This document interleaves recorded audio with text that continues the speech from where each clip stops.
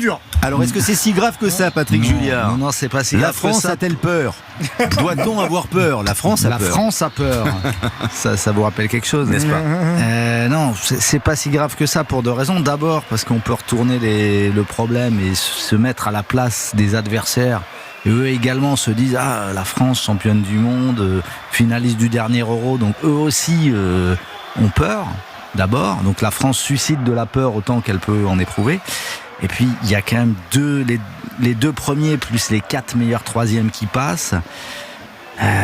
Alors c'est vrai que c'est un groupe difficile, ça, tout ce qu'a dit Nabil est très juste, mais c'est pas insurmontable d'être dans les 4 meilleurs troisièmes évidemment. ou les 2 premiers. Je veux dire, il faut gagner en gros à coup sûr un des matchs contre le Portugal ou l'Allemagne pour être tranquille.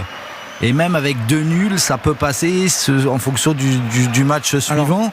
En plus, on évite quand même la poule de l'Italie qui aurait contraint les Bleus à sans doute établir un camp de base loin de France, puisque cette poule la France aurait joué 2 matchs à Bakou en Azerbaïdjan. Et un match à Rome aussi. Rappelons quand même que tout ça, ce superbe Euro dans 45 pays et sur 12 fuseaux horaires, au départ c'était quand même pour que l'Azerbaïdjan joue l'Euro puisqu'ils avaient un stade, et finalement ils n'ont même pas réussi à se qualifier via la Ligue des Nations. Donc c'est un petit peu de l'électoralisme qui dit pas son nom et qui sert à rien finalement.